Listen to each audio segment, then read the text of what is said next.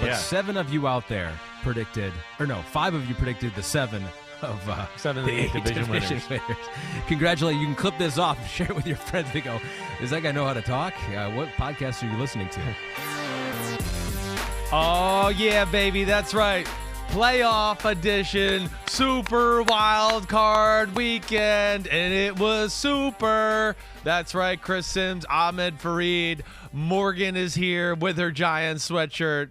We got it all going on today. All we right? saw Morgan. If you're watching, she got her on. Now they know what she looks like on YouTube. Well, she was on the pod showing up for Joe Burrow. Well, now they know again. Yeah. If you missed that episode and the cape, now you know what time she arrives. Although this is, it's typical millennial shit. No. Just showing up just a little late. That's not true. Gosh, no, that's not true. Kids. That is not true. Working hard last night. She's always here. She's working late. from home too in the morning, so it's not like she's just started her day right you now. don't have to stick up for her so much. We're not going to get her fired. I'm not going to let that slide. You and your damn Michigan colors today. Wrong league, wrong football, okay? We're on to college basketball for Michigan. What a day, though. Seriously. What a day. What a weekend. It's not even over yet because we got Bucks Cowboys tonight. That's going to be awesome. But, it was awesome. You were working all weekend. I have been working all week nonstop. I have yet to have a day off. I'm just going to go straight through, apparently. Nobody cares at NBC. Don't worry. Just keep going. Here we go. All those Amazon delivery drivers out there and waiters are crying just keep for going. us right now. Yeah, keep going. No, it was. So here's the note that I clipped off on this Super Wild Card weekend. Right. Because I was like, at this point, it's becoming cliche to be like, oh, what a crazy weekend of football. Because I've used the word crazy 7,000 times on this podcast, and I will use it many more times today. Sam Hoppin out on Twitter. I saw this tweet. I don't know who that is, but he had a good tweet. The weekend of football featured, quote, the third largest comeback in playoff history, both games with a double-digit spread within 3 points at halftime, a 6-seed upset, a 3-seed, and 4 of the 5 games ending as one-score games. Just an incredible start to the playoffs. Yeah, it was. It's been. I know you saying the word crazy, whatever, unconventional. It's been one of the most unconventional years we've ever seen, and I'm one that. I wanted to jump on, I don't like the 2-7 matchups, right? And I wish we'd go back to the old 1-6 seed and all that. But, hey, shit, it's hard to argue the games this weekend. Even the game that was the most dominant, which was the 49ers over the Seahawks, was a very competitive game for a long time. Seattle was up at halftime. Right. We were sitting there, and it's, even at 23-17 going, oh, man, Seattle's hanging around, and they're driving down here. It was a great weekend, and I'm expecting a great game tonight. That's going to be good, too. But, the weekend was good, but it became great around 7 p.m. on Sunday afternoon with the G-Men. We could have started with any game. Suck it, Florio. Suck it, Vikings. We could have started with any game, but Morgan shows up wearing her Giants sweatshirt. Right. She wore it yesterday, too. Pete's here wearing his Giants winter hat. Yes. You're here wearing black, mourning the Vikings for Mike Florio. Right. Good friend I am. So we're going to start with the Giants. The upset of the weekend. Beating the Vikings 31-24, and we were all over this. Not to toot our own horn. I know, it's upset of the weekend, and as you're saying, I'm like, is it really an upset? I mean, it was, but it wasn't. You picked the Giants to win, not just because you wanted them to win, because you thought they would win. Right. And we talked about it all year, yeah. How winning one-score games, which they did most of the year, helps you get into the playoffs. Right. It does. I mean, it's 100%. That's why they got to the playoffs. Right. I don't know that it helps you in the playoffs, and we saw it for the first time all year. The Vikings lost a one-score game in the playoffs. Yeah, one-score game in the playoffs against a team that really does believe in itself right now and is riding the emotions of getting in the playoffs. Against a team that went there just a few weeks ago, and certainly like we did last Wednesday on what the happened Wednesday or what the will happen Wednesday, right? Where we broke down and went, like this, they outplayed the Vikings and lost the game. Like, I mean, we said that on the podcast. Like, the Giants are going to go back and be able to sell to their team like, hey, we don't throw this interception. We don't fumble this ball here. We catch this one here. We don't have a punt block. We're as good as this team. We can win. So, and then the Giants also a team a lot like the Vikings that are very comfortable in one-score games. So they weren't going to be intimidated by the, oh, no, the Vikings in a one-score game. It's right in the wheelhouse of the Giants, too. I mean, all year's been one-score games for the most part. But it was It was a fun game to watch. I think it was. I'm a Giants fan. I know it was. I mean, I know I felt that way, but did you feel that way at home? 100%. Yeah. I mean, it was lack of defense, a lot of big plays on the offensive side of the ball. And, yeah, I think all the things that, you're kind of going into here that we were worried about with the Vikings, talking about are they really an elite football team, kind of showed itself yesterday. It's just it's amazing that they were 13-4 with that defense. I mean, was that me? Or was that the greatest show on turf yesterday, or was that the New York Giants? Yeah. I mean, come on. That was Their unbelievable. two best games offensively were probably the two games versus the Vikings. Probably. Exactly. Yeah. It's just so that's where listen, if we're going to start, we're going to break this game down. I know that. But the first guy that we just got to throw love to is Daniel Jones. And Daniel Jones, what he's been through, what he's doing right now, has a little support system, the coaching, everything there, the way he played yesterday, that was fucking phenomenal. That wasn't just good. And I feel like people, because it's Daniel Jones and it was the Vikings, everyone's going to kind of go, well, and I want to go what? I know the Vikings aren't good, but still, that was torch you with his arm, torch you with his legs. He did everything yesterday. Yeah. And he was phenomenal, and it's just great to kind of finally see him ride the wave of winning after his first few years of struggling. Yeah, the Vikings forced just 2 punts in the game. One of them was late after that Slayton drop that would have given him a first down, so then the Giants had to get a stop. Right. And they 3rd and 13, he's going to catch a crossing route. Right, he's going to get the first down. Wide open turf ahead of him. Right, wide open turf. Right. So I want to read the stat here for the Giants or for the Vikings because it wasn't like they played poorly. No. It's just like their defense is not good enough. Exactly right. So this came from Opta Stats. It says the Vikings are the only team in the Super Bowl era to complete at least 80% of their passes with no turnovers, no sacks. Still lose regular season or postseason. NFL teams had been 47-0 when doing that. They really played just as well as they have all year. It's not like they choked in the postseason because I feel like that's a storyline with the Vikings. They'll choke in the postseason. Wants to call that right. Their defense was as bad as it's been all year. Exactly right. And their offense was pretty good. Right. It just wasn't the maybe one or two less big plays from the Vikings offense that we usually see, maybe. Now, they held Justin Jefferson in check. Right. So that was one thing I wanted to hit you about because Next Gen Stats talked about the Giants and how they played him. Now, the first time they played him, he went off 133 yards, I think. Not big plays, though. A lot of targets. Okay. Right. And that's kind of what we hit on. It was. I remember we said they could probably live with that stat line again, right? It was 10 for 133, but they even improved on that. Something I'm excited to kind of watch on film. So here, when you watch it on film, take this into note. Maybe you can explain what this is. Right. Next Gen Stats goes, the Giants' use of split safety coverage in 2 games against the Vikings has been a major tendency breaker compared to every other opponent this season. Yes. So versus Minnesota, 64% versus all others, 30%. Yeah. Right. So what is that exactly? Well, it's just the split Giants, safety coverage. Wink Martindale, their defense, he's famous for kind of playing man-to-man and being creative with blitzing, right? So usually when you blitz, yes, you're going to play a single safety defense. And usually with the Giants, it is man-to-man. Sometimes there's some blitz zone cover 3, right? So those are your single safety defenses. Wink Martindale's not one of those guys that goes, hey, let's play cover 2. Let's play Tampa 2. Let's play 2-man. He's always trying to be creative and stress you out in certain ways there. But he did this in the first matchup where it was more zone than any game I had saw this year. When I went back and watched, I was like, damn, they played more zone than I remembered. I didn't realize they did it this much, right? And even within that, even in some of the plays in the first matchup where it might have been man on one side, they'd find a way to always kind of shade the safety over there as far as towards Justin Jefferson. And it looked like we got that again yesterday. Certainly a good amount of it. And then even when they did play single safety, I think in a lot of big downs, they doubled them too. So they just went, okay, yeah, this is single safety, but we're kind of bracketing you. We got a guy, if you go inside, a guy go outside. They weren't going to let him go off. And the thing that's risky about that, and the thing we talked about a little bit on Wednesday is, okay, that's an extra guy in coverage or whatever else. Oh, man, the Vikings should be able to run the ball against some of those looks. Yeah. Again, I think we could argue that the Vikings probably could have ran the ball more in this football game. Same thing you said when they played before. Exactly right. They get a little too pass happy at times. I was a little surprised by that yesterday, but I guess the Giants came away going, hey, we'd rather lose that way than you just bombing it with Justin Jefferson. And they put the faith in their big guys up front. And Sexy Dexy was phenomenal yesterday. Sexy Dexy was the best. I'm just trying to look at the schedule. Sexy Dexy was the best defensive lineman in all of Super Wildcard Weekend. I don't know if somebody from Dallas or Tampa will upset that discussion tonight, but he put Sam and we Hubbard, should put that Sam on Hubbard like ran Twitter or Instagram. Quote that right there. Sexy Dexy, best D lineman of Super Wildcard Weekend. Hey, talk about our fuck the play up, right? Yeah.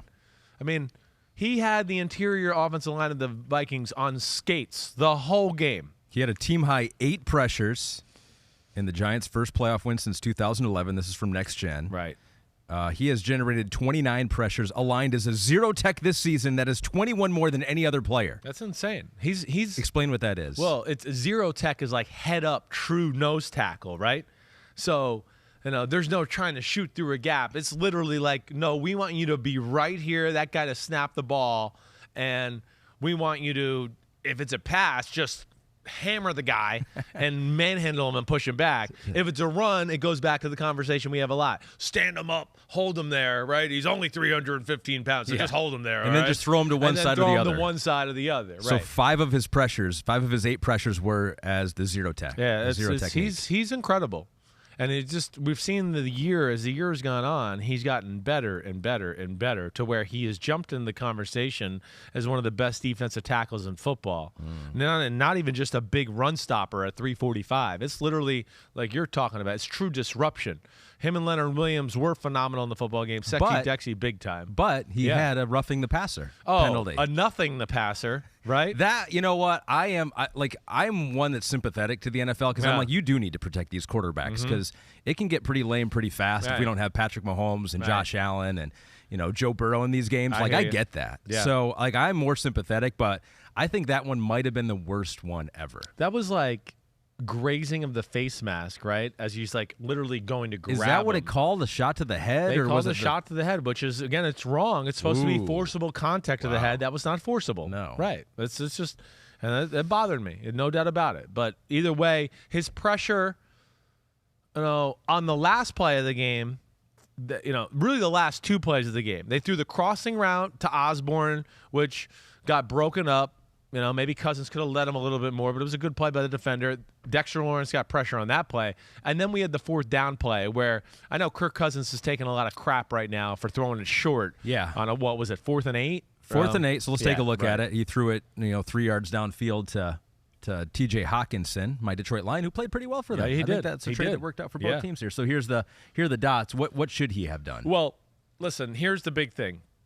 This is not doing a total justice as far as Dexter Lawrence had been living at 97, right? Had been living in Kirk Cousins' lap for most of the game. So and he's right there conscious of again. that. Right. He's conscious of it. When you talk about quarterbacks of the internal clock, right? When your internal clock's been disrupted, it's a big play here. You don't want to go down with a sack, right? So he doesn't want to go down that way.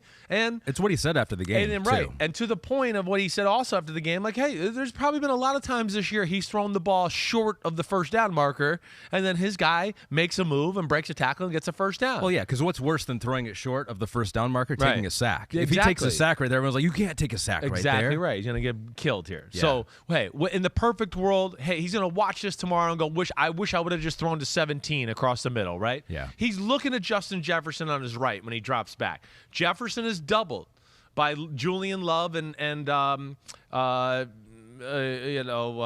22, Pete, our corner.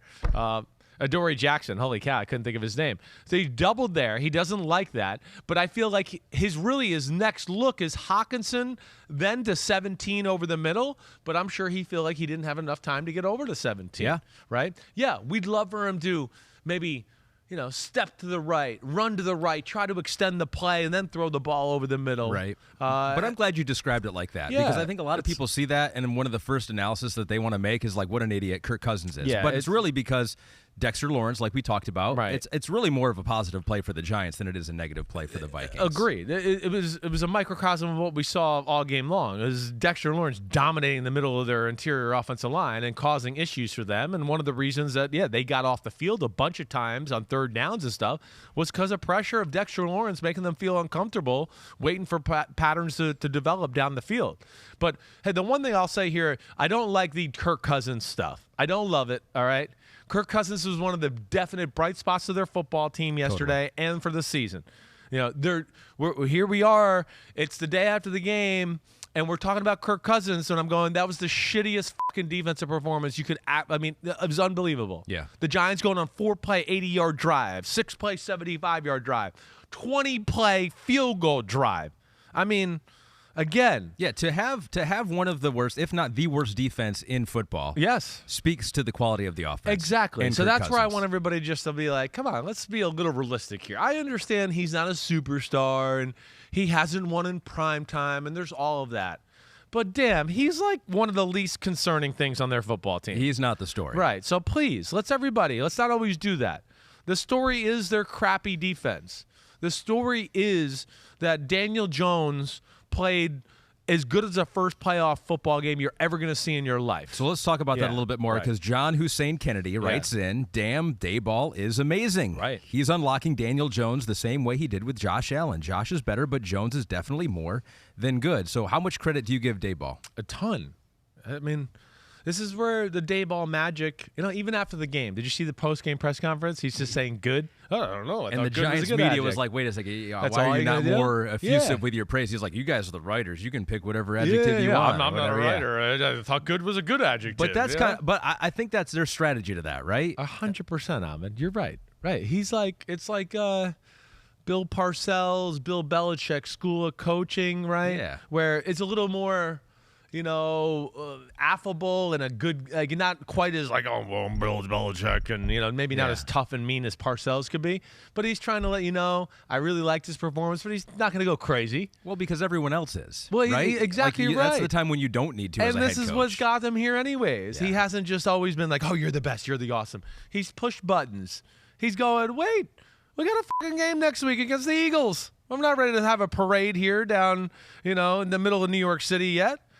So he's just the right tone there. He's proud of his guy. He made sure that everybody knew as the leader of our football team, of course, I'm very happy with him. He used just the right tone. And yes, it was an amazing moment, and he deserves a ton of the credit. Mm-hmm. What was things we've talked about Daniel Jones together over the last year or two, right? We've talked about how awesome he is in front of the podium. We've talked about the team has given him no chance to succeed. It wasn't just a bad offensive line. It was the worst by far offensive line, Sure. right? Dayball, 1, fixed the offensive line. 2, worked an offensive system that made sense for the team and the way it was built. And then within that, slowly built the confidence of Daniel Jones. Mm-hmm. And to go, hey, execution. Hey, good. We won a game. We're winning games. You're not making mistakes. Ooh, you're making a few plays.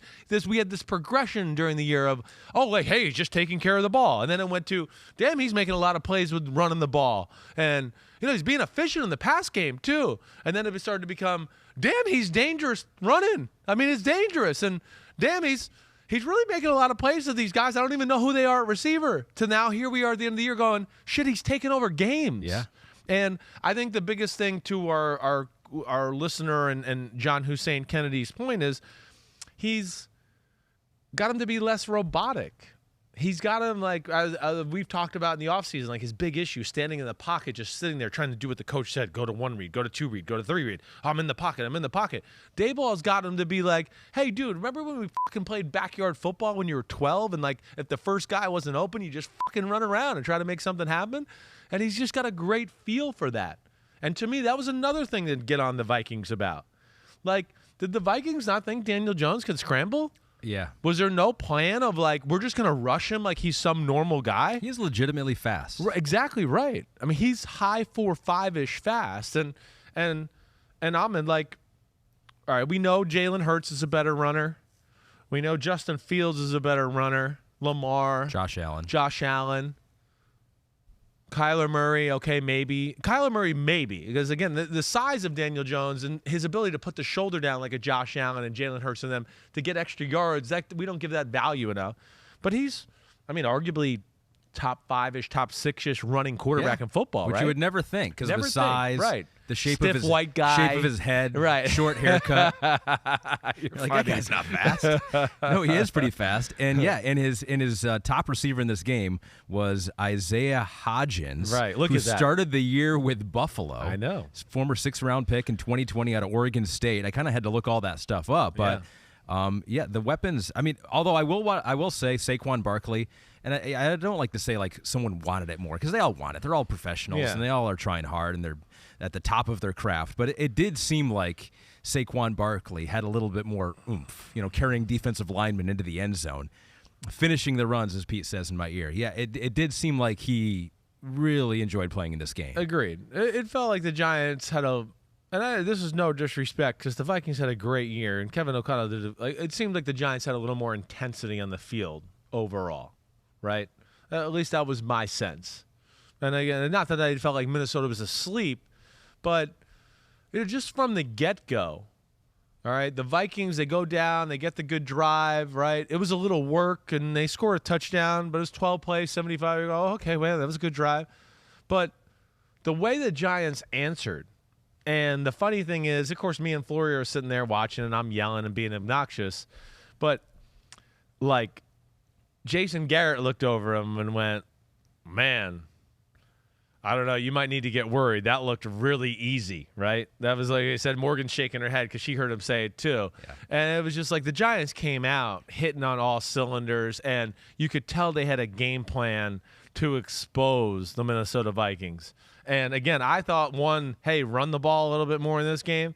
They still obviously didn't want to do that. They still felt like, hey, forget that. We can throw in this team at will, right? And they did for the most part, and Jones was phenomenal. Took some chances, that game-winning drive. They went for 4th and 1 at the 7 where Chris was furious until they got it, and then he was like, okay, good call. What did you think about that? No, I wasn't going crazy there. I wasn't. I actually was... Dayball's earned your trust. Dayball's earned my trust. And he doesn't games. just do it just to do it or just say, I'm going to be aggressive. Well, and you got Daniel Jones. He ended up getting 2 yards on that, I think. Great. Up the middle. He's great at that type of stuff. And then I think in a game like this where, we were getting to the point of the game where it felt like, I don't know if we can really stop Minnesota either.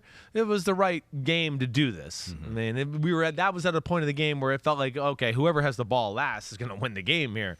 And then I know we got into a few defensive stops. But, yeah, I mean, hey, that was a big 4th and 1. Another big 4th and 1, and I think people will forget about, is that the Vikings were lining up to go in 4th and 1, and they false started, right? Had to kick the field goal. So they were down there 24-21. Yeah.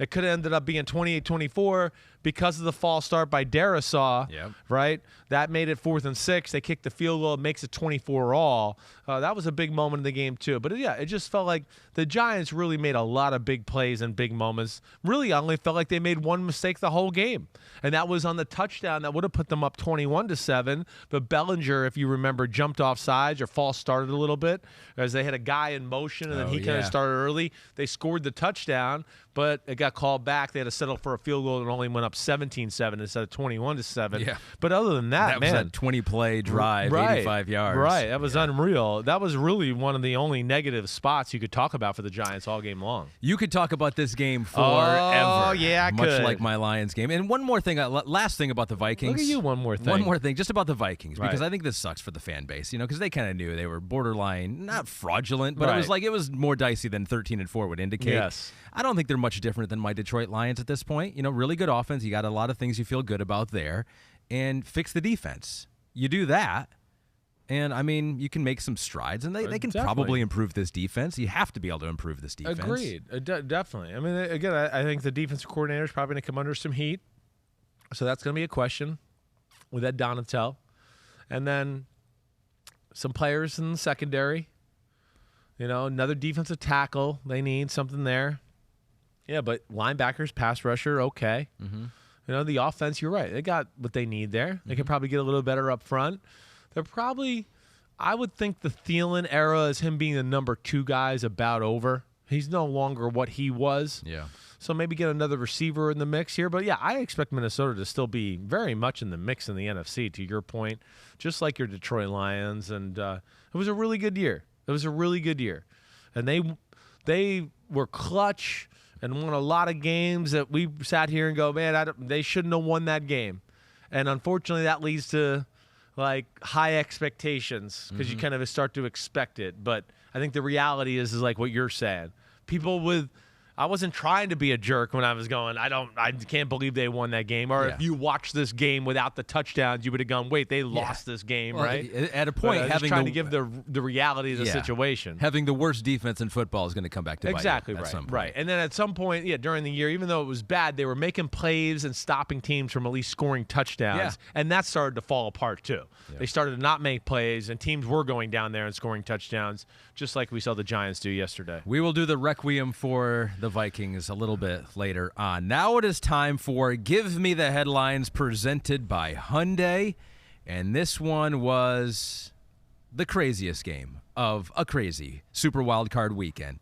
The Jaguars come back from 27 down to beat the Chargers 31-30. The final score. Your headline for this game is writing receipts that your ass can't cash.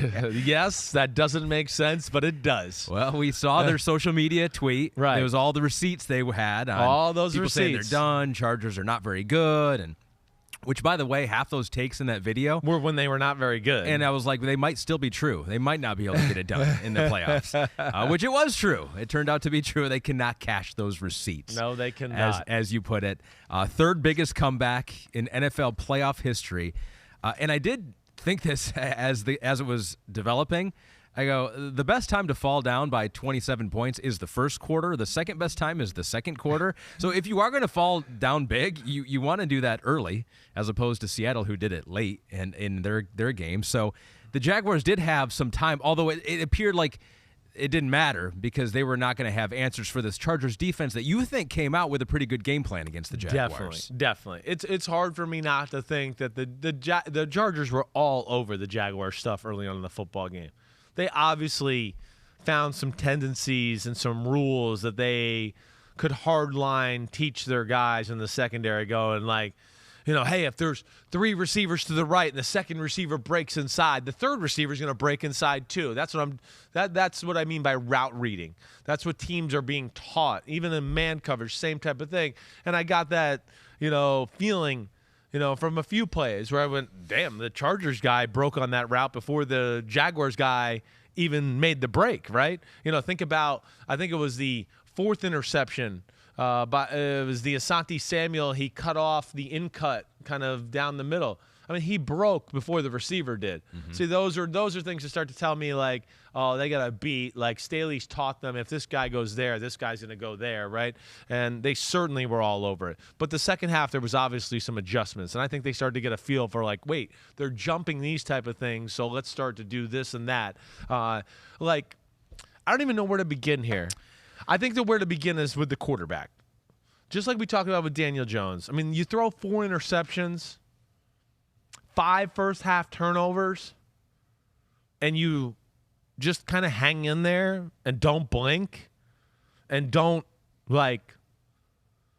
falter more, crumble.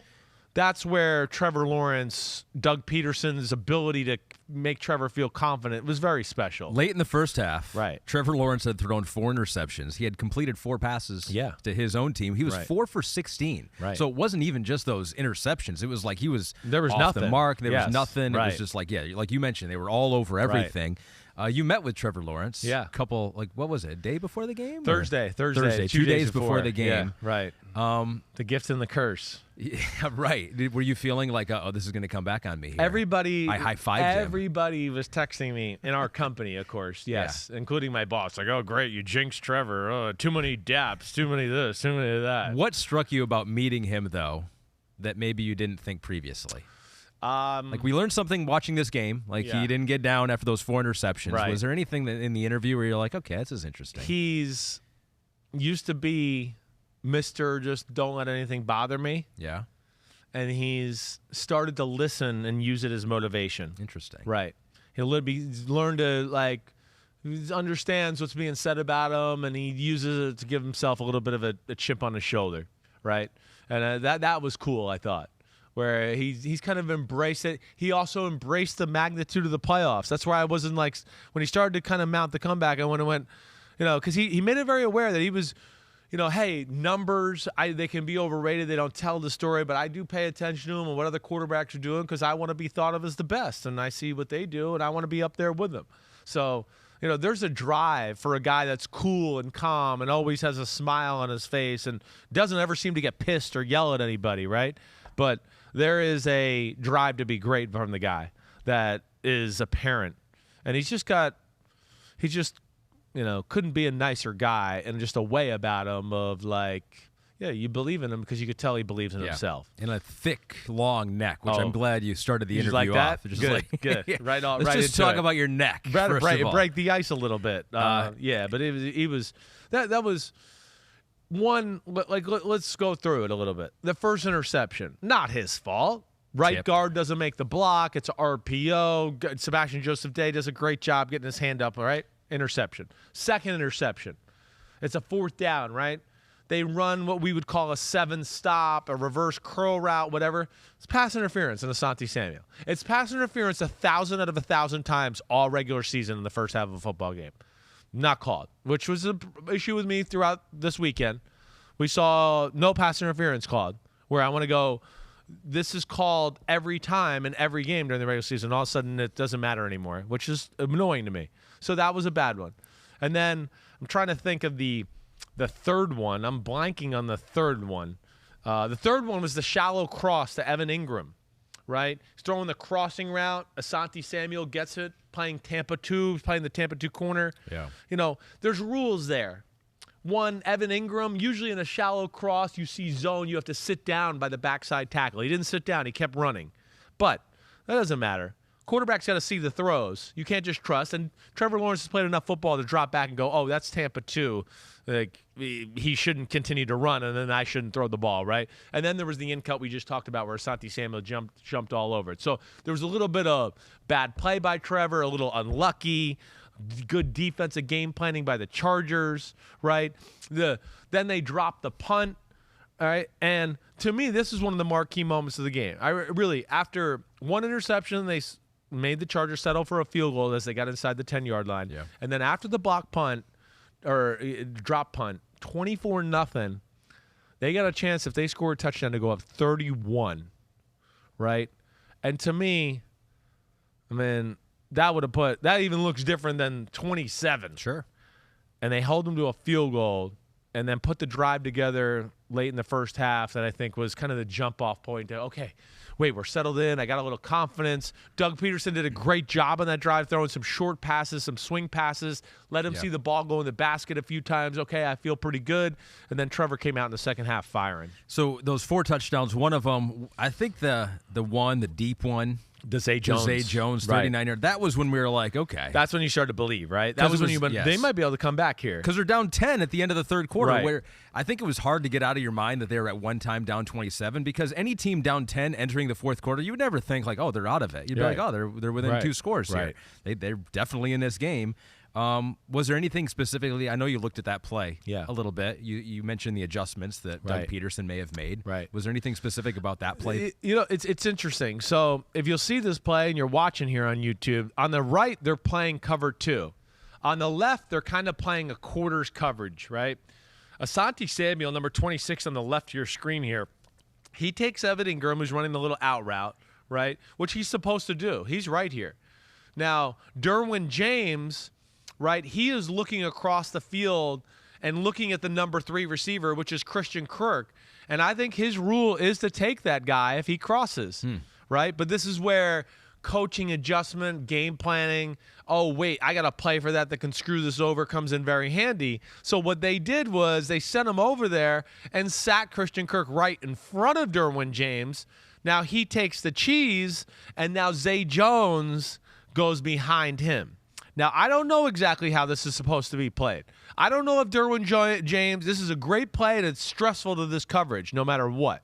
I mean, this is a good way to attack the quarters on the backside of this coverage and stress out its rules. I don't know if they want Derwin James here to see Zay Jones and go back and then have 49, who's underneath, go, hey, wait, you take Christian Kirk, right? You see 49 there, Yep. right? Or maybe his rules were like, hey, you're supposed to jump number 3 if he comes across the formation, which then would mean they just have the perfect play for this defense, and there's no way you can stop it. So either way, Derwin James is kind of the jump-off point there. I don't know if he's right or wrong or whatever there. It's hard to tell, and there's different rules within that stuff. But to me, that was the moment, too, because I went, the quickness of the score, and you went, whoa, it's only 10 points here.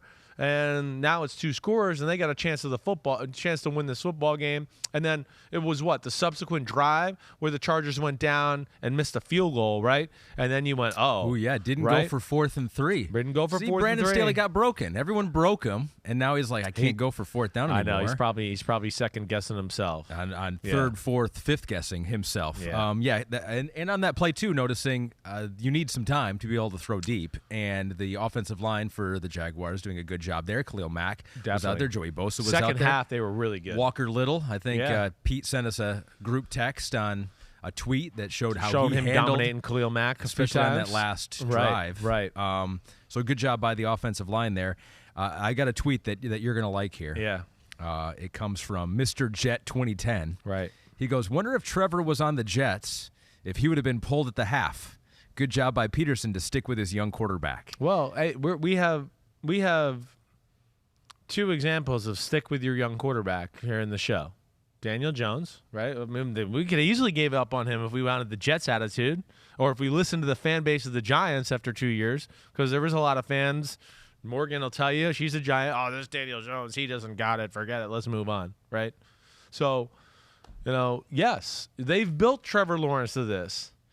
And of course, he went through his struggles early in the year, and he survived it and fought through it and then started to carry the freaking team and do special things. And, of course, you hang in there. But that's a very funny, witty question there. And it just kind of the culture down there right now. It is a belief. They're young. They are figuring out how to win. He talked about that with me. Doug Peterson, of course, his ability there.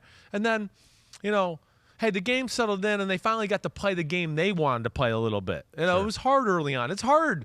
You can't get a drive going. We can't get completions. We keep getting a little unlucky with turnovers and not do a dumb thing, whatever else, to where they never got in a rhythm. But, again, that's where I go back to that drive at the end of the first half where I think that was big.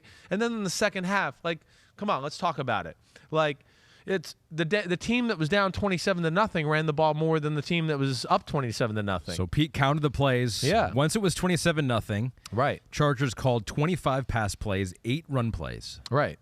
So I texted Pete in the fourth quarter, and Matt Casey, and I was like, see, this is where people don't realize run game's important. Because, again, I know the Chargers were staying on the field to a degree, and the drives weren't all 3 and out. But where people are missing is, how many first and second down passes that were incomplete in the second half, where you go, man, if that was just a screen or a swing pass or a run, hey, we still don't get yards, but the clock still runs, right? And that was the big thing. And that's because they couldn't depend on their run. And that's where you do need a run game, and that's when you do want to power running back a little bit, maybe somebody different than Austin Eckler in that situation. But that's where they drop the ball, and then of course the Jaguars, who they're up against it, they start to take a few calculated risks and let's run this coverage here on 1st and 10, and it threw the Chargers off kilter. But there were the Jaguars, who did a great job of being consistent and patient on the offensive side of the ball. They let their run game continue to go in the second half, and they let their offensive line kind of wear on the Chargers' D-line. They started to break a few 8-yard run, 9-yard run, 8-yard run. The passer started to whittle away as the game went away. And I think that was all effect of the size of the Jaguars and Doug Peterson staying patient with the run in the second half, too. That made Bosa and Mack are like, shit, we're tired. And you guys are fucking big at tackles here in Jacksonville, so we're really tired. And then, of course, Bosa lost his cool, which didn't help the situation out a little bit as well. No, it did not. No. And you mentioned Doug Peterson there, too. Yeah. He's so easy to root for, I think. It's just like seeing him, and I'm a guy who likes to take chances. I'm more on the let's be aggressive approach. And he did that with 5:30 to go. He goes for 2 to make it a 2-point game, which I loved, because I think the idea of, I've been saying this for a little bit now. It's just like the idea of playing for overtime is like playing to lose half the time. Yes. Like you're not gonna. I think there was this thought, kind of like, oh, you've extended the game. It's like, well, you've also extended the time the other team can win too. So if you have a play that you like, that you think is going to work more than 50% of the time, you should try to go for it. Yeah. So they did, and they got the 2. They still needed to get the 4th and 1. Right. Big time call there. They Gutsy. called timeout. Right. I guess Trevor Lawrence says that Doug Peterson, they had a play, didn't like what he saw. Just get it right. You're going for the win right there. So what are you saving the timeouts for? Like, you're going for it there. I know when they called the timeout, I was like, well, because you wanted them to have 3 timeouts, because you go, well, if they don't get it here, then they still got a chance to get the ball back. Yeah. But at the same time, you got to balance out and go, wait, do we want to win the game right here? Or are we going to play like, oh, maybe we'll give ourselves one more chance in case we fuck the game up right here. Yeah. Right? And he did the right thing. Like, let's get on the sideline. Let's get the play we really want. Let's talk about it, hash out some of the details. And what a gutsy, cool play call. The play was awesome. Right. Lined up to make it look like you might be doing the quarterback sneak or something, or fullback dive, right? It looked like it was going to be that. We Just already saw Trevor do the QB sneak already, right? Yep. But like if you see here again with our next gen stats and our dots here, there's so many people inside the tackle box. I mean, there's like 5 defensive linemen inside the tackles, right? And then just do a great job of like blocking down. Zay Jones cracks down. So Zay Jones, it looked like it. I showed you this before. I hear you. Yeah. It looked close to a hole. It was close. It was close. You're right. It was a little hookage of the arm. I don't think it really mattered. He made the contact. Alohi Gilman was not going to make the play. I'm glad they did not call it. I agree. But I understand what you're talking about for sure. Asante Samuel, great game. But Yes. in this, does he have outside contain? He does, but this is where it's hard, okay? And we've discussed this a little bit too. You're playing man coverage, but you're responsible for a run gap, right? Mm-hmm. So the guy you're covering takes a step inside. Okay, well, if he continues to take a route, the coach is going to go, well, what the fuck? Why didn't you run with him and cover him, right? So who does he have? He's got Zay Jones. Yes. So he follows Zay Jones down because hey, wait, maybe he's going to work his way through and they're going to run some play action pass. He's going to run a crosser. Fake right? block, there he right. goes. And there he goes across, and I'm stuck running through trash. So he's worried about that. That's a good call. Right? So now, but that's the problem when you play man in those kind of run situations, because now, wait, I covered my guy man, but damn, coach told me I do have the outside gap, which he is there for the outside gap, but it's just too late, and there's a guy that runs, 4-4 running around the edge. All good for the Jacksonville Jaguars, except for the 4 interceptions and falling down 27-0, whatever, yada, yada, yada. But the last thing we'll say about this game is the Chargers here. I mean, it's the first time we've ever seen in NFL playoff history a team that was -5 in the turnover margin win a game. That's incredible. It's incredible. -5. They lost it by 5. Yeah. We got a couple tweets. Young and Wise 83. Hey, Chris, do you think Staley gets fired? And Bob Gorman says Staley has to go. Herbert's career is being wasted. You need to only look at Tua and Trevor's vast improvement in 1 year with a great offensive-minded quarterback coach. Herbert needs his McDaniel or Peterson to save his career. Yeah, this is going to be quite the combo. It is. What do you mean? Well, they were on the doorstep of making the playoffs last year. Mm-hmm. Well, they make it this year. They dealt with a bunch of injuries and fought through a lot of adversity, right? Mm-hmm. And again, I think a lot of people were sitting there going, well, the Chargers can make a run here in the playoffs, right? Stinks the way they blew the game. And if you listen to anybody that knows anything in the NFL, Sean Payton and Jim Harbaugh's #1 choice is to go to the Chargers. And that's kind of what anybody thinks in the NFL, right? That's where they'd like to go. And they're not going to let that be known, of course, because there's a coach there that they're all, going behind their back, politicking for this job, which isn't cool, but so is, and that's the business we're in here, right? I want to say you don't fire him. I don't think I would fire him. I feel like he's going to get fired, though. I don't know. It's just the stigma around the situation. You like some of the things he's done. The Mike Williams injury. I do like some of the scheme-wise, some of the things he does. Thought he made it hard on the Dolphins, the right? defense, he does some creative things. I mean, he made it hard on the Jaguars. I mean, he does some things that schematically outside the box thinking that are smart, and you go, oh, wow, that's really good. But I think that, for whatever reason, some of the injury stuff's being put on him, which is not fair. Mm-hmm. Then what you're talking about, the offense, it's not crazy explosive, right? And that's kind of like an issue there, which I want to go. That's not necessarily Brandon Staley. To me, it's more of a Joe Lombardi issue. He needs to be more creative on that side of the ball, and then, just the going forward on 4th down last year and then losing a game this way. Whew, I don't know where this is going to go. I really don't. It's a weird one. I want to say it's crazy to think about firing Brandon Staley. That's what I want to say. And I certainly would have said that even if they lost the game just in a normal fashion. But 27-0, I do feel like puts a little bit added pressure on the situation, but added pressure on the Spanos family who owns the Chargers. Yeah. And they have a bright, shiny object that every coach wants to coach right now. Justin Herbert. He's definitely a top 5 quarterback in football. And so everybody's looking at that job going, wait, is that going to come open? Because I'd like to go there. They got all the key pieces to kind of be good, and then I just got to fill in a few places here and there. Mm-hmm. And, whoa, we can, be a player in the AFC for a while. I don't know. What do you think? What's your thought? Like, what's your gut? I don't know. I think it would have to do all with the relationship that he has with the ownership there. Yeah, I know. I think if it's a good relationship and they believe in him, there's no reason. What about do you think he deserves not give him one to more be year. Fired or not? Like, it's just right? I It's don't hard think to. so. I don't think so They either. had injuries on the offensive line. Joey Bosa missed a lot of time. Right. I don't know. I think he's been pretty good for a franchise that's always kind of been right here at this level. I don't know. I know. Like maybe I guess if you can get Sean Payton, but what do you got to give up to get Sean Payton? Yeah, they're gonna have to give up a 1st-round pick. Yeah, I would think something like that. Pay him a ton of money, which is of course another thing that the Spanos family's not famous for doing. Yeah. And then having to pay Brandon Staley when he's fired. He doesn't strike me as like I don't know. He doesn't instill a whole lot of confidence when you just see him walking on the sideline, but that's just looks. I have no idea. Yeah, no, I hear you. He's not. Yeah, it's not. You're maybe tough, macho. It definitely doesn't have the Dan Campbell look, where you're like, it's a little bit more of a nerdy, calculated look. Like, hey, this guy's smart. You don't look at him. You don't look at him and go, he's definitely got things under control. There's a little element of like, all right, things might be falling apart, but I don't know.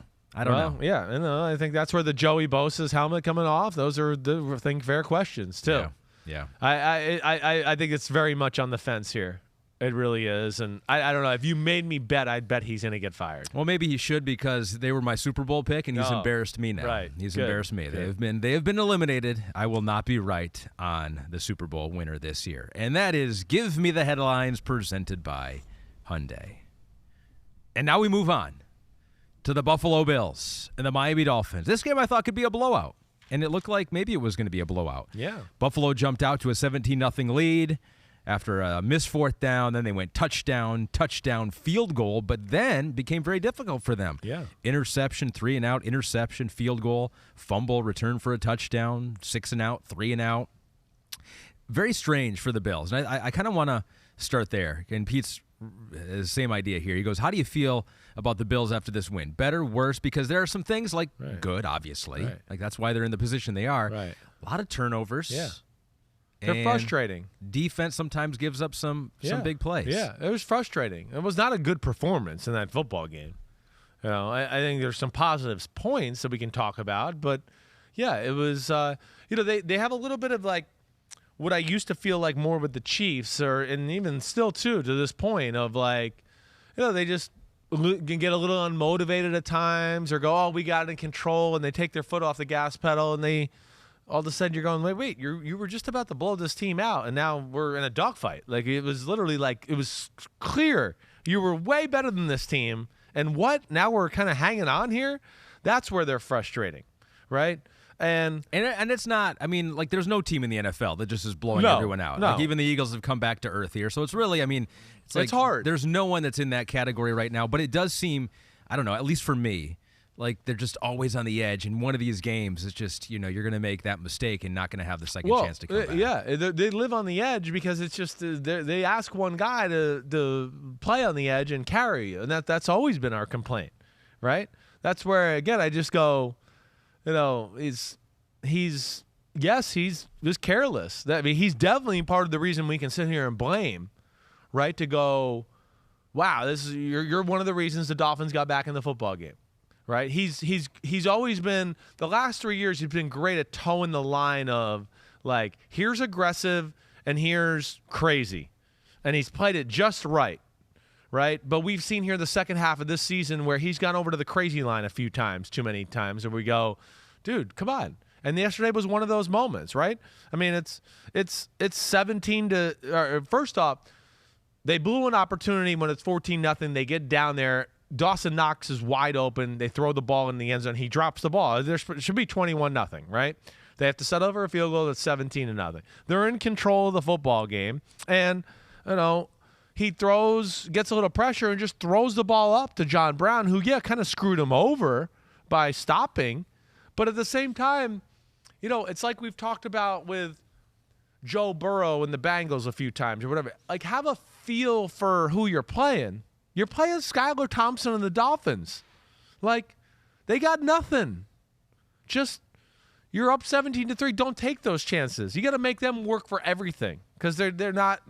But he gave them a play and gave them momentum and gave them the short field, and that's where Buffalo was frustrating yesterday. They kind of gave Miami breath of fresh air a few times to go, hey, come on, get back in this game. We want the ratings to be good for CBS. Come on, right?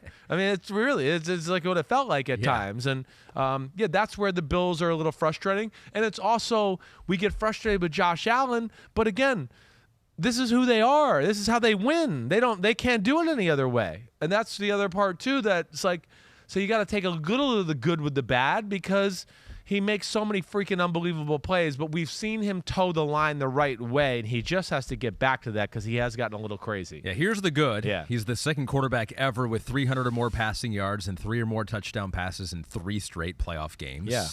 Matt Ryan was the other one to do that. But we got a question here from New Music Friday 3. Okay, let's see. Why were the Bills throwing so many deep and or 50-50 balls? Yeah. I think we have the passing chart for right. Josh Allen. Like when a quarterback airs it out, especially Josh Allen, hit a couple of those. Yeah. Do you think there were too many of that variety? Well, there was, but that's what the defense was telling them to do. See,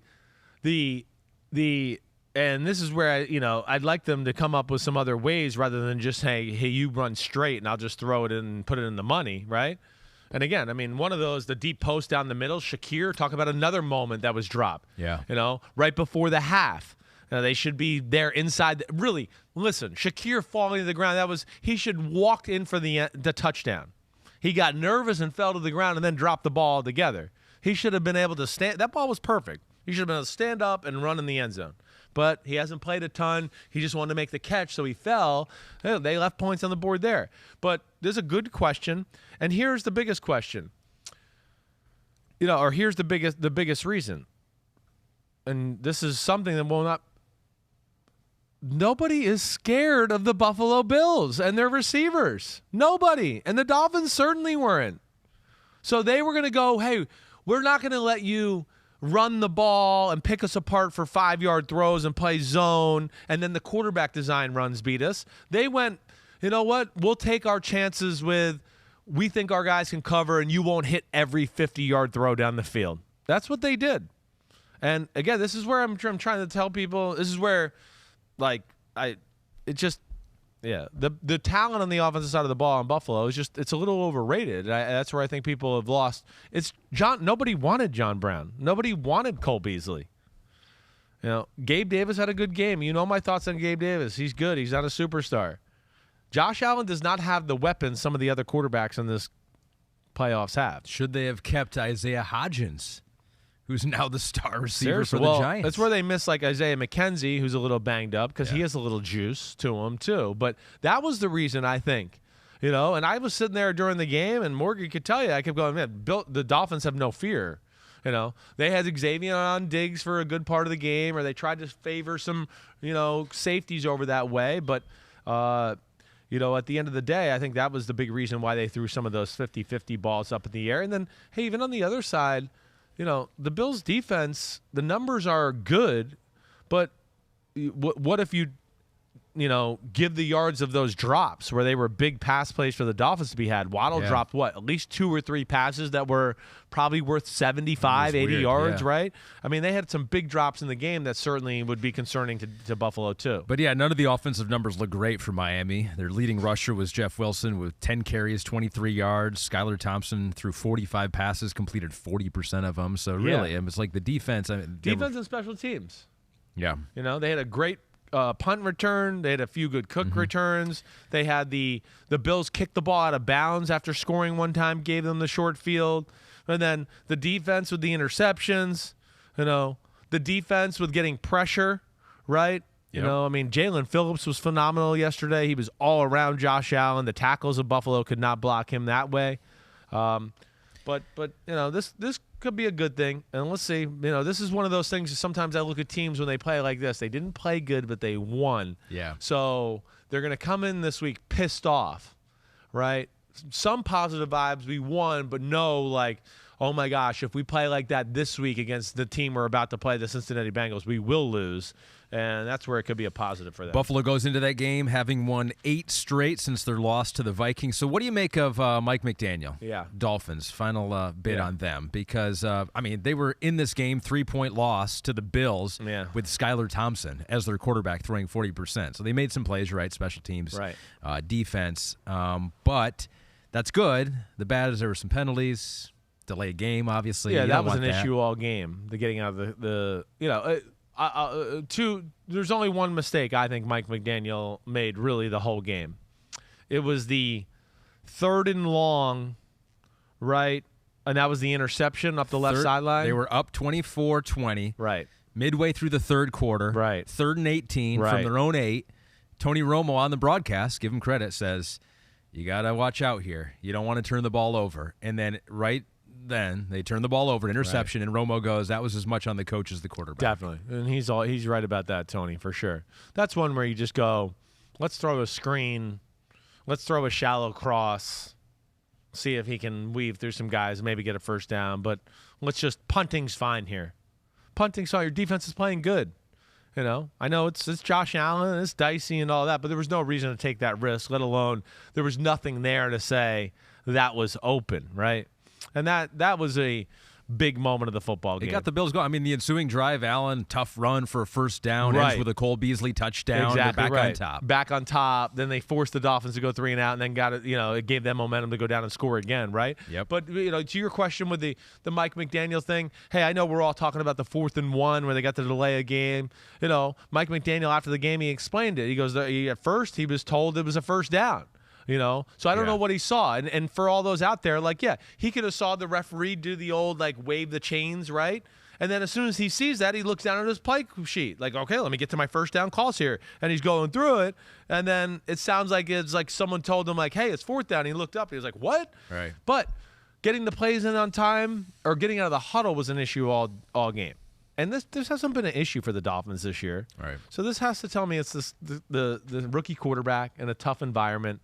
And how many times did we see him in the huddle reading his play, team breaks huddle, few guys come back and are like, hey, what did you just say? Or what play is that? Yeah. And then he had to say it to them again. So obviously there was some stuff going on there. And that's not an easy situation for a young quarterback to be in. It's always easy for us at home. I feel like we're experts as television viewers at time management. Yeah, that's what we're not taxed with calling the play, informing, communicating it. It's we're just looking at so I think we are at home. I think we're better than most NFL teams at time management because that's all we have to think about. Yeah, it is. We don't have to think about any of that other stuff. We don't have to think about anything else. We're in the comfort of a nice, cozy, quiet place. Yeah, it's you should call timeout. You don't here. have to hear people yelling at you from the stands going, you suck, call a timeout, let alone the people on the field saying things to you and all that. So, there's a lot more distractions there. Good win by Buffalo. Little concerning, though. It's just more in the long lines of just not playing to their standard or the level we saw them play at their best. And I think that's a little bit like what we've seen here, down the stretch with Buffalo altogether, right? I mean, even in the last game of the year, that wasn't a pretty game. They beat the Patriots. Mm-hmm. We know if they don't have the 2 kick returns, I don't know if they're going to beat them, though. There were some issues there, right? And even the Bears game before the Bengals game, right? Christmas Eve, 35-13, but that game was dicey for a while. They were doing some dumb crap that day as well. And that's where it's a little we're not going into divisional round going, it doesn't feel like the Bills are hitting on all cylinders, right? Yeah. And we'll see. Maybe they can turn that around this weekend. All right, this is a good way to get into our next game, too, because the Bengals beat a backup quarterback. Maybe it was closer than a lot of people thought. Yeah. Beat the Ravens, which was a good game on NBC. I was glad to see that. It was a really good game. I thought this could be a blowout, and I was like, that's not good for us. Yeah. We don't want blowouts on NBC. We want close games, go down to the wire, and for several million people to watch it and help pay the paycheck of Chris Simms. Orion Chuzzlewit says to us, which AFC contender, which barely made it past a backup quarterback in the wild card round, are you more concerned about, the Bills or the Bengals? So we just talked about the Bills, but the Bengals barely almost lost to Tyler Huntley, although I think Tyler Huntley has some skills. He does. Tyler Huntley is one of the better quarterbacks and backup quarterbacks in all of football. But he might not have been 100% either. Might not have been 100%, and he certainly made some crucial mistakes that we'll dive into here in a second. Were you concerned about the Bengals in this I'm more one? concerned about the Bengals. Ooh. And, I mean, I didn't started the freaking Football Night in America show last night going, I think they're one of the most complete teams in football, in the AFC, from top to bottom, right? Concern about the right tackles out for the year. Alex Capo didn't play yesterday. I don't know if he'll be back next week or not. But his injury it took a pretty big blow to his knee in week 17 or week 18 against the Ravens. Now Jonah Williams, the left tackle, is hurt too. That concerns me, right? Because yeah, it's not. And Pete's in my ear going, he's on crutches and a knee brace. It doesn't look good. He ain't playing this week. I can tell you that much. I mean, his knee looked like it crumbled as he was trying to kind of hold his ground against a power pass rush, right? So this was an offensive line that we know was not great, but had been playing good, 15 weeks of playing together, and they had gotten to the point where we started to go, wait, they're running the ball good enough, it's not great, that you have to worry about it. And they're pass protecting good enough to where they can let some plays develop down the field now. Yeah. But now we're back to like week 3 Bengals again, where it's like he's going to have 7 eyes in the back of his fucking head and also be able to pull out rabbits out of his ass in the meantime to avoid pressure. That was concerning last night. You know, one, it looked like Baltimore was all over their pass game, their simple pass game that you've heard me talk about all year, right? And I was surprised with, you know, Baltimore's ability to run the ball on the Bengals. But yeah, I'm a little more concerned about the Bengals, I think, than the Bills. 4 sacks of Burrow. Does have a good clock. Like, he knows. Like, it's got the best clock in football. It's fun watching Joe Burrow because there are times, like, I don't know that Joe Burrow makes a bad pass. It's like there are sometimes we're like, ooh, that was off target. And they show the replay. And you're like, well, he kind of had to throw it. He had to throw it like over the fingertips of a jumping linebacker, or he was just trying to throw it away because nothing was there. Exactly. So it's like if any quarterback out there who isn't as mobile as like a Lamar or a Kyler or something like that can handle it. It feels like Joe Burrow can handle it. It just makes things very, very difficult. It makes it hard. More exactly difficult. Right. It's just it's hard to live that way. And then when you have 2 receivers that you know can go down the field and like make some big plays, you're losing that opportunity.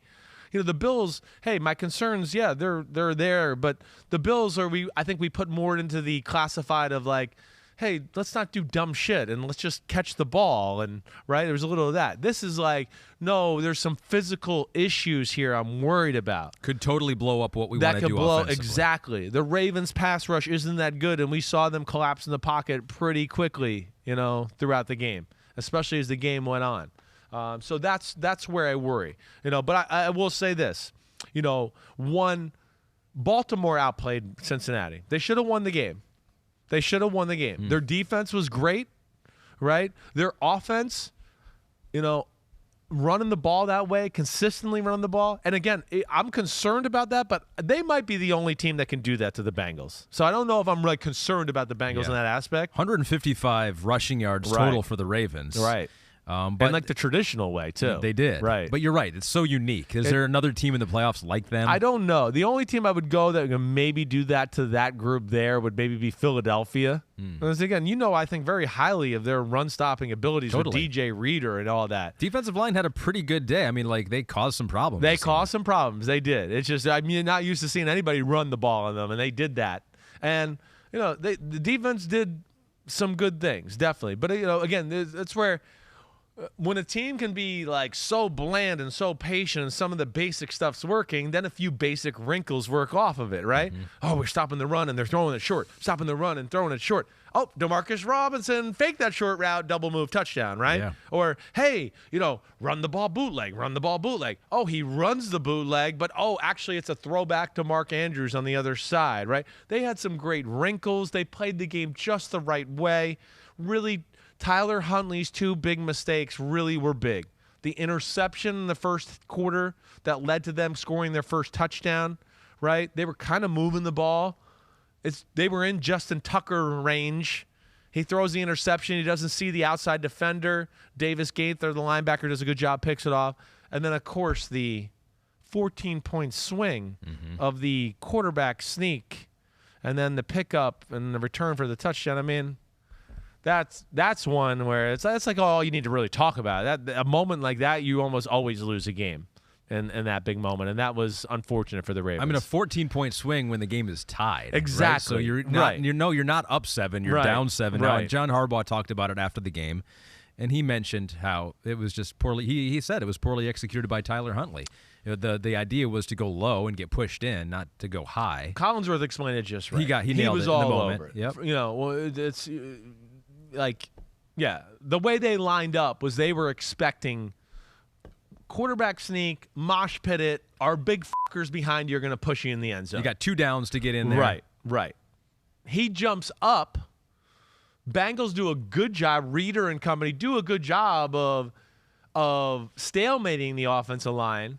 But because he's trying to go up and over and it gets stalemated, he can't go over. He can only go up because he can't clear it because they got enough push there to where he couldn't get his body horizontal, right? It was still going up in the vertical motion. And there's the ball. And then there goes Jermaine Pratt, who did a great job of going up. I think it was Jermaine Pratt. Logan. Was it Logan Wilson? Maybe it was. I can't remember. It was one of those middle linebackers either way. And then, Sam Hubbard gets it, and they return it. It was unbelievable. They asked Joe Burrow about that after the game. They go, what was going through your mind as Hubbard was taking it off the other way? He goes, run faster, Sam. That's what Joe Burrow. Well, can one of the 3 guys turn around and block Mark Andrews? I mean, they're running down like it's a parade. They're like, yay, hey, everybody. I'm like, it's football. Can you turn around? They're chasing the guy with the ball. And then they got away with a block in the back, really. You think it was a block in the back? It was close. It was close. It was such a good highlight, though. You know me. Yeah. I'm always like, if the highlight's that good, don't call it. Don't ruin a great highlight play. And it was. It was a playoff record 98-yard fumble return for a touchdown.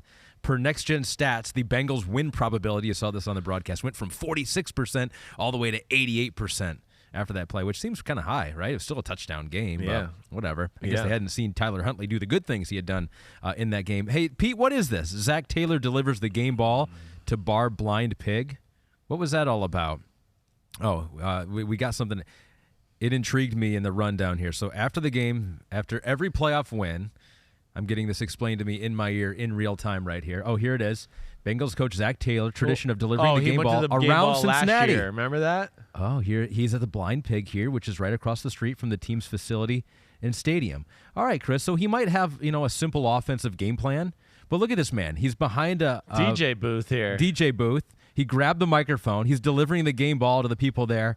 I mean, what other NFL head coach is doing something like that? I know this is a new tradition. It's a good way to. I love that. Kind of bond with the fans and get awesome. involved with the culture of your city a little bit. That is so good. Zach is awesome. Zach has an edge and a toughness about him that I think we see from the Cincinnati Bengals and all that. There's everything. I love everything about the Bengals. Yes, my one complaint is I wish they would be a little more creative. They're going to have to be creative, I think, with the state of their offensive line right now. It's a game changer for them. It really is. It's going to have to change the way they play, the way they call games. It's a little concerning where I wouldn't have worried about that offensive line versus the Buffalo Bills defensive line a whole lot if things were status quo. But as it stands right now, I do. And that's clearly going to be an advantage for the Bills in that matchup. Robert Babcock talks about that final drive for the Ravens. Nathaniel Hackett and a few other coaches have been strongly criticized for their time management. So what do you have to say about John Harbaugh's incineration of the clock on the Ravens' final drive? We mentioned this before. I mean, time management, right? Like, and Harbaugh talked about it after the game. I think clearly it probably was a mistake, but you can get the thought process too. I mean, 30 seconds at that point when there's a minute, now you all of a sudden have 30 seconds. That was the worst part, right? Should have called a timeout. Yeah, that was the one where you just went, and I think that was what he threw the ball over the middle to Dobbins. Then they took forever to they huddled up, and the clock goes from a minute to basically 33 seconds. 34 seconds. 34 seconds. I think they snapped the ball before that at a minute 17. That's where I was just like, I don't get what they're doing here. It's a mistake. What's going on here? That was by far the most bizarre moment. I don't know what the thought was. I can't defend it.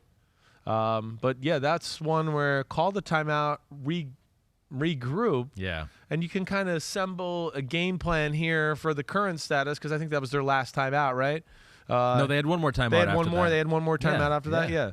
So that's I did not understand. And did they not He's have, usually really good at that. Well, even huddling up, like, did they not have like a what is it? Even like it's a 2-minute offense, right? Yeah. Like, I mean, they had kind of been in the no huddle mode. I don't know what the thought there was, and that's where I got to kind of go back and unpack it and kind of just see what exactly they were looking at. But yeah, they did not give themselves a fair opportunity there to take real legitimate shots at the end zone. All right, last thing, and we'll talk about this all offseason until it's resolved. I guess Lamar did not even travel with the team. I don't know how rare that is. There's a lot of teams that do that. They don't take injured guys on the road. Yeah, because if you're injured, you're just not part of the team, right? Yeah, you're not. Sometimes those guys can be a distraction, right? Even the night before the game, hey, that guy's not worried about anything. Hey, come to my room. I'm playing video games. Oh shit, it's too late. Well, yeah, I don't have to play tomorrow. You do. See you later. They don't want that. Seems different though if it's your franchise quarterback. A little bit, but yes. That's the question: Is he the franchise quarterback? Well, he is. I just don't know if it's going to be for them. I think it's fair to question. You heard Mike Florio last night. You've heard me talk behind the scenes. They're at the throw your hands up spot. They don't know what to do. They can't plan for the future. Yeah, there's injury worries here. They can't figure out certain details of the contract. I think there's some guys that think he could have maybe put the knee brace on and gutted it out and played. As I told you a few weeks ago, I was told by people in the know there that, it was just 3 weeks ago or maybe 2.5 weeks ago, his knee was still the size of a bowling ball. And that was being questioned whether they thought he could even play for a wild card game back then, right? But I think when you take all that into account and, yeah, the situation, I think it's dicey in Baltimore. I do. And I don't think it's a good look for him that they got the deal done with Roquan Smith, who has no agent, right? So that doesn't make Lamar and his camp look any better here. It makes it look like, wait, they can get it done. It's something with you, right? So he's not going to get I don't think he's going to get a long-term deal from the Baltimore Ravens. He's going to get franchised, and we'll see what happens, or he's going to get franchised and he's going to get traded. He's not going to want to play under the franchise tag. I wouldn't think so. I would imagine. I wouldn't think so. And Florio seems to think that there was an offer made to him, which I had heard. And Jake Glazer reported that and all that, somewhere I think in the $180 million range as far as all that. Florio doesn't think if they make another offer, he's not going to get the same size of an offer that he did. That the money will be lost over this year. Oh. Right. So well, that would be a problem. It's going to be interesting. The one thing I keep connecting dots with, because I feel like this marriage is coming to an end. Yeah, it does feel It has like that feel. And him being from South Florida and Miami, and I wonder with the Tua situation, that's the one area I keep looking at going, I could see Lamar because he would fit that offense. Oof. And, of course, being from there. Now, does Miami have the assets to trade and get him? I don't know. They might have to trade some players, too, because they've traded a lot of picks away to get certain players. But, yeah, it's just interesting. And, yeah, I think there's an exhaustion from the Ravens of Lamar Jackson, and I don't know what Lamar Jackson's thoughts are, but I'm sure he doesn't feel great that he doesn't have a long-term deal yet. Well, you know what? Maybe you don't need a franchise quarterback because maybe any old quarterback will do. If you're the San Francisco 49ers, that is the case. Our final game to talk about that happened already. We've got the Monday game to talk about, of course. But the 49ers beat the Seahawks 41-23. Not maybe as easy as the score indicates. The Seahawks were up by 1 at the half. But then in the second half, here's what the 49ers did. Touchdown, touchdown, touchdown. Field goal, victory formation. 25 straight in the second half. It's just It's just as we've said since the beginning of the season, it's only a matter of time before Brock Purdy and the 49ers offense gets going. It's unbelievable. It really is. It's an unstoppable machine right now. And really, like, I'm not saying this to be critical. We're up 13-7 early and should have been more than that. He didn't play well early in the game, right? I mean, he missed some throws. He missed a touchdown on the first drive, or I think it was the first drive. Maybe it was the second drive where they had to settle for a field goal. But he had Brandon Ayuk. He threw the ball like 5 seconds late. It should have been like no contest, easy touchdown. But he settled in. Seahawks battled, early on. They were selling out to stop the run and take that away. And Geno and them who struggled, they finally hung in there and put together a drive and, hung in there for a while where you're like, man, can Seattle keep this up? Are they going to be able to, make a play every now and then on the 49ers offense? And then is Geno going to be able to make some plays like this consistently throughout the game? And it kind of felt like, man, they're going to keep answering the bell here. But the pass rush of the 49ers got there, and once they got that strip sack at 23-17, the game was never the same after that. Yeah, after that, they went, because these are all the second half possessions for Seattle. They go fumble, strip sack in the red zone, punt, interception, garbage time touchdown. Yeah. So that was it. That was it. Not a whole lot of possessions, right? 49ers able to eat the clock, which is what they can do. Exactly right. That's their formula. That's where they're scary. They can 3 yards, 4 yards, 3 yards, 4 yards, and then they get it like the 25-yard line. They get a 25-yard touchdown, and you're like, whoa, okay. But yeah, they can kind of do it both ways. They can eat up the clock and go on long drives. They're explosive and can do like we saw on their last touchdown drive, 2-play, 76-yard drive. But it's like it all starts with the run game, like magician of Kyle Shanahan's game planning. And the fact that Seattle was so overmatched in that department, right?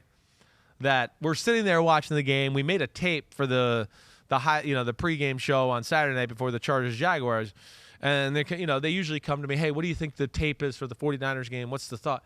And I was like, running the ball and crossing routes, because I mean every ball he threw was Kittle across the middle, Ayuk across the middle, this guy across the middle, and all shapes and sizes of them, but mainly like 15 and 20-yard crossing routes that were gashing the Seattle Seahawks defense because they were so worried about stopping the run. So Purdy is the first rookie quarterback to win a playoff game since Russell Wilson in January of 2013. Seahawks fans love to hear that stat. Chow Jr.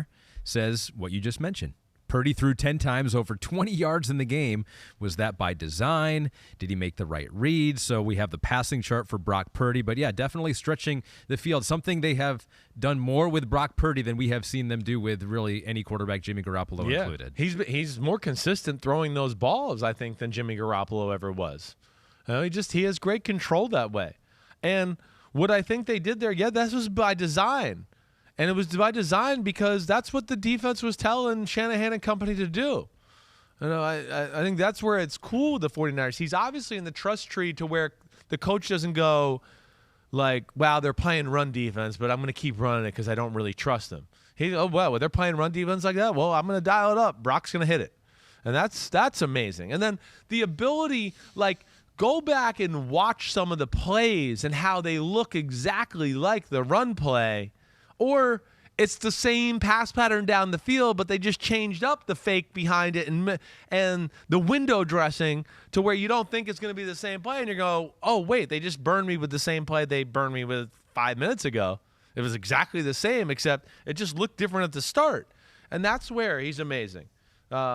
But, yeah, the running game and the deep crossers and everything worked. And then the defense works. started to dominate, and it all started just falling together. Vish Kumaran, our guy Vish. What up, Vish? Tweets us, says, has Brock Purdy done enough to be the starter for the 49ers next year? Is what he's doing a byproduct of the environment, or do you think there's sustenance to this insanely efficient offense with him under center? I think it is interesting. You hear some people talk, and they go, if Brock Purdy makes it to the Super Bowl with the 49ers, the job is his next year. And I'm like, well, we say that. And then, it makes one bad pass like Jimmy Garoppolo overshooting a receiver, and you're like, oh, he's not the guy. He didn't make it in the big moment. So I think it's always in question. But, like, it's crazy to say, last pick of the NFL draft, like, has he won the job going forward?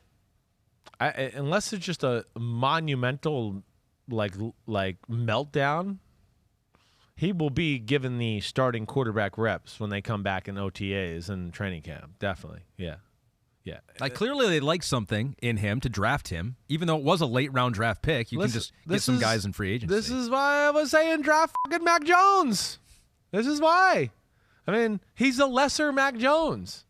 And, yes, this is sustainable because as long as you're smart and have control of the football, Shanahan, the team they have, they don't ever make it all about the quarterback. So he's just going to be, hey, fuckhead, listen to this. I'm telling you the keys to the play right here. Watch this guy. If you could just listen to me, it'll be open, right? That's all he needs. Now, listen, if the offense and the team's not as good, like, yeah, Brock Purdy's not going to be the guy that's going to be like, hey, I'll scramble out of the pocket and throw sidearm lasers down the field and carry you that way. No, I don't think he's going to be that. He's a quarterback that needs a little bit of a formula for success. But the way their team looks right now, that formula is going to be there for a few years. And so that'll be interesting. It really will be. But, yeah, to that point, I think, like, unless he throws 4 picks and they lose one of these playoff games that way, I don't think there's any doubt that he's taking the first team reps when they come back in the spring in the training camp. So funny when you say he's a lesser Mac Jones. I can just hear people be like, lesser Mac. This guy's way better than Mac Jones, which, you know, don't if you would have said that I know. 5 weeks ago, people were like, who? Brock who? Well, don't fall into the trap. You know, again, we've seen this from Shanahan before. I'm starting to see Brock Purdy, his first 10 starts are the greatest first 10 starts in the history of football. And he's up there with quarterbacks that are like first ballot Hall of Famers, you know. And that's the Shanahan effect. That's the genius of Shanahan. Nick Mullins went through the same type of thing. Now, I think this guy's a better player than Nick Mullins, right? And all of that. But, yeah, that's just, again, it's the NFL. The 49ers are making a habit of beating everybody by 20. Like, it just doesn't happen. Give a lot of credit to Shanahan, yes, and Brock Purdy, but Christian McCaffrey is elite, and he was again. Get him in the open field. He had 119 yards rushing, had some in the pass game too, and then they got Debo back, and he seems probably as healthy as he's been. That 74-yard touchdown next gen stat said Debo reached the top speed at 20.3 miles per hour, the fastest he has been as a ball carrier all season long. Yeah, he's explosive.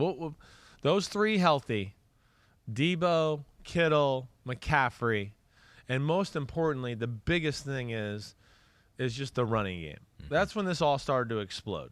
When they kind of got the O-line figured out, McCaffrey got there, and they started to go, we can run right up the middle, and you know it, and I know it, and my mama knows it, and we're still going to get 8 yards. And when they started doing that, then it becomes, oh, shit, because everybody starts worrying about that, and then Shanahan can do all these things off of it that make them so tough. And they are definitely the hottest team in football and definitely the best team in football right now. I know the Eagles are the number 1 seed, but we saw the Eagles kind of play unmotivated down the stretch.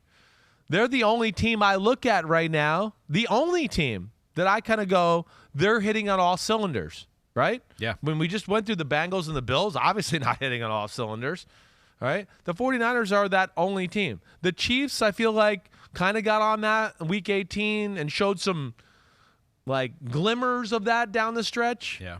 But fell into that trap of like kind of unmotivated and we're the Chiefs and we'll just step on the gas pedal whenever we want. But the 49ers are clearly playing better football than anybody in the game right now. Would not be surprised if it was Chiefs, 49ers in the Super Bowl once again. That almost seems likely at this point. Final word on the Seahawks. Where do they go from here? Geno's back at quarterback probably. Definitely. Gotta be. Just improve the defense. Yeah. I think the offensive line, they're young. They will improve. I think there's a lot of things there to like. But, I mean, with Geno, the way he played, Lockett, Metcalf, and Walker, you got something there. Noah Fant at tight end.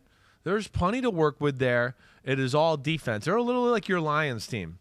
To me, it's a little bit like that, where you go, a lot of things in offense are in place. Like my Lions, they have a top pick. Lions pick 6, Seattle picks 5. Right.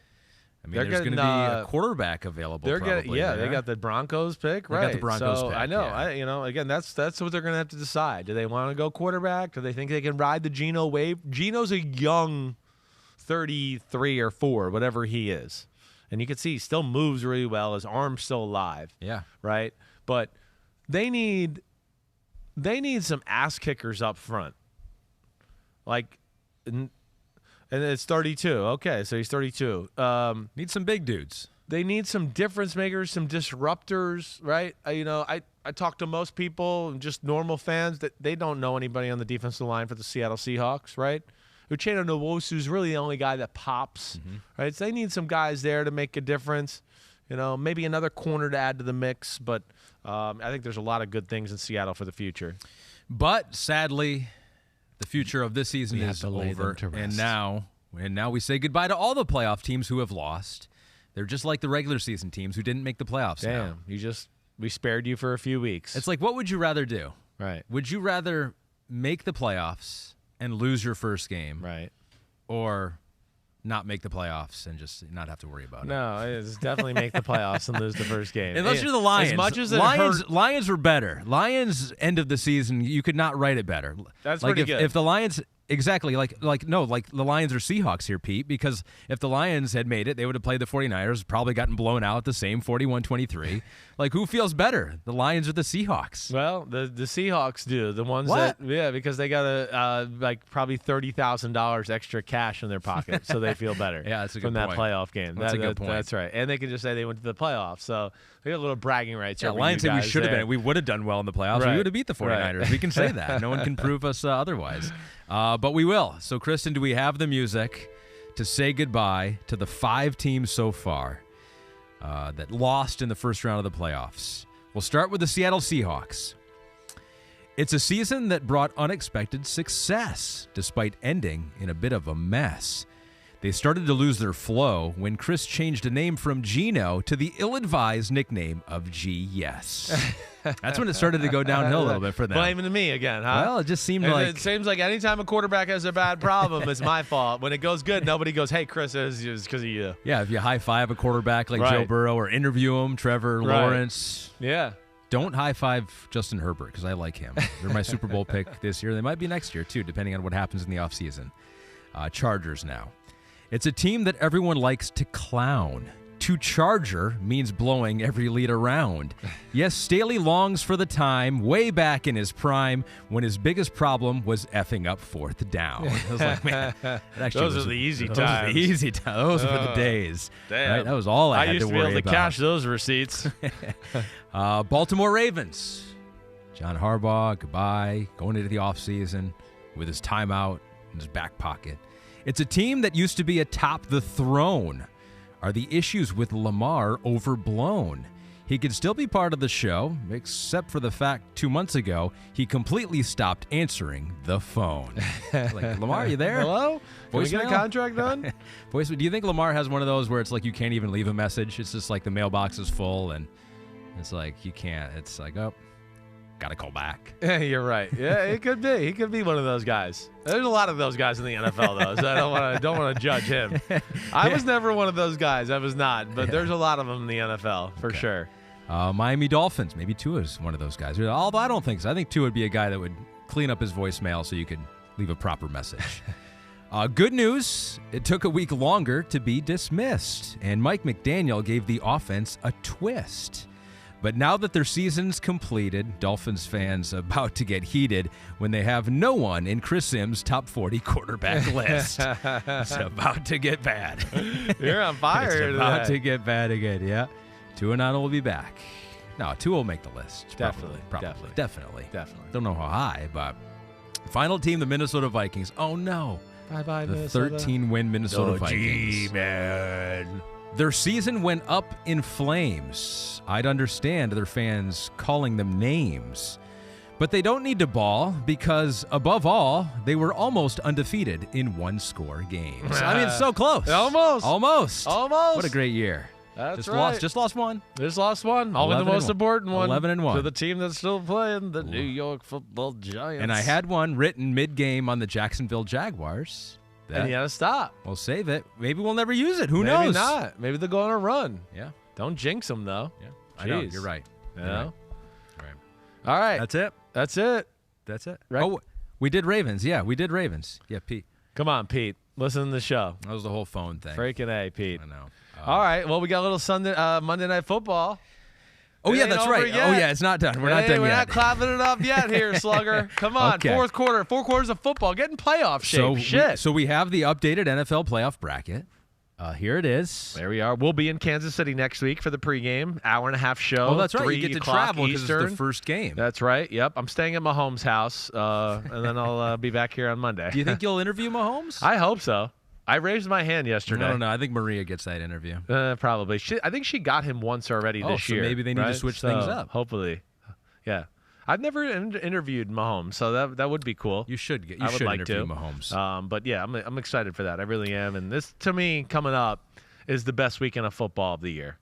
Yeah, it's the 8 best teams. It is, and I know some people can argue the Jaguars, but I think everything else is just about right, and we'll see how it plays out tonight because I am excited for this Buccaneers-Cowboys game. Who's going to play in San Francisco on Fox, 6:30 Eastern on Sunday? That rating is going to kill it. Our BetMGM parlay preview.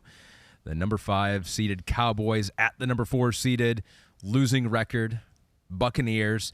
Dallas only favored by 2.5. Over under of 45.5. You have picked the Cowboys to go into Tampa, upset Tom Brady, 24-20. Give me your reasoning. Yeah, it's scary. Dallas is better than Tampa, first off, but didn't look like it at the end of the regular season. Well, and to your point and what we talked about on last Wednesday's podcast, it's a matchup league, right? We talk about this all the time. That teams can be better in totality, but not necessarily in that specific matchup. I do think the Bucs pose some problems for the Cowboys as far as this matchup. You know, because of like a little bit of what we saw.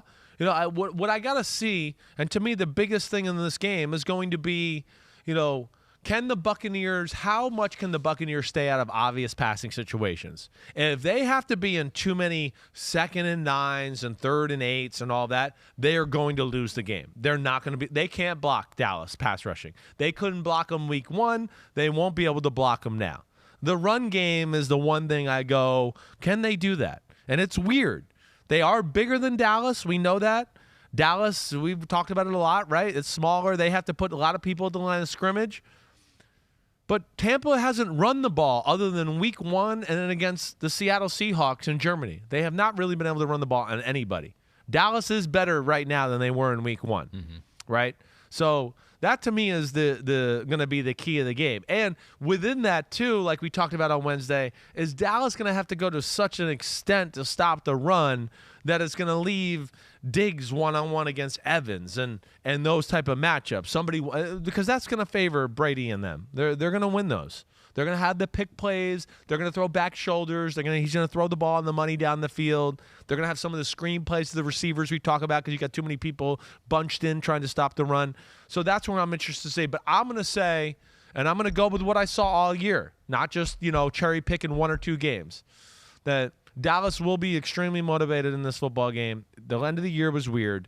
It was. They didn't really have much to play for. And then I think they're going to be able to slow down the run enough to where it's going to put Tampa into some real passing situations, and I think those totally favor the Dallas Cowboy defense. So that's where I like it. And again, I do think Dallas, balanced offense, they'll be able to run the ball enough against this group. I think it'll be a fun, close game, 24-20 Cowboys. This will be our first thing we talk about on Wednesday. Right. And it'll be fascinating for the loser of this game. Right? If Tampa loses, like Brady, what does he do? Da-da-da. If Dallas loses first-round exit, it's like, okay. I know. Sean Payton's in the mix there, you'd have to think. Yeah. So whoever loses this game will be a top story. It will be. Cowboys are, talented football team, and by all due accounts look like they should beat the Bucs. But they have not thrived in these situations. I think 2 12-win wins year in a row, 12 win years in a row. There we go.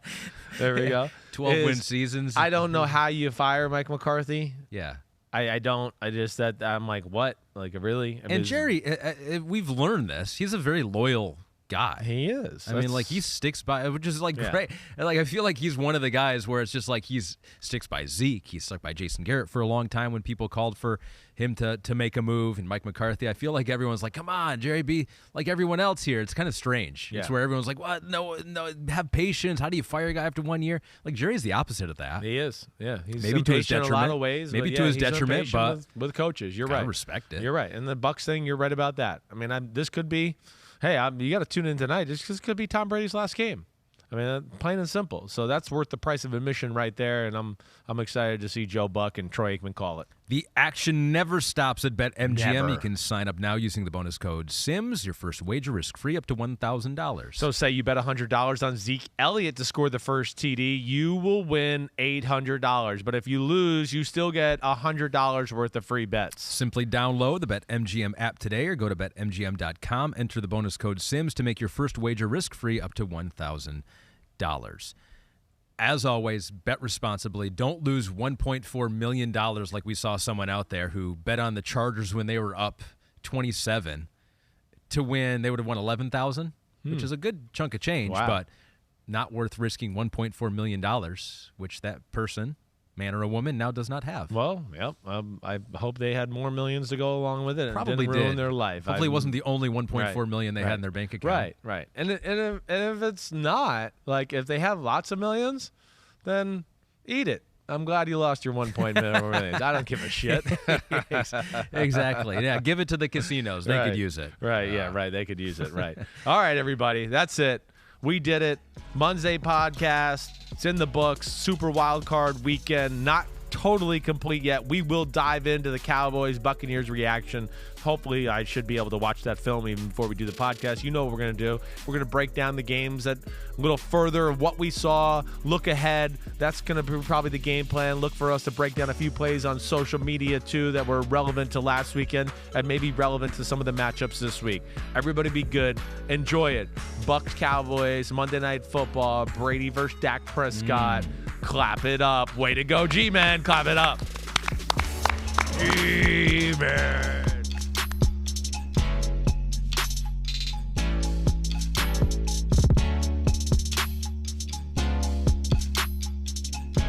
Thanks for watching, homies. Hit subscribe to see all my unbuttoned videos. You get to see me, Ahmed Fareed, all the big player breakdowns, game breakdowns, player interviews, and my film analysis. So please subscribe. Chris Simms Unbuttoned. Peace out.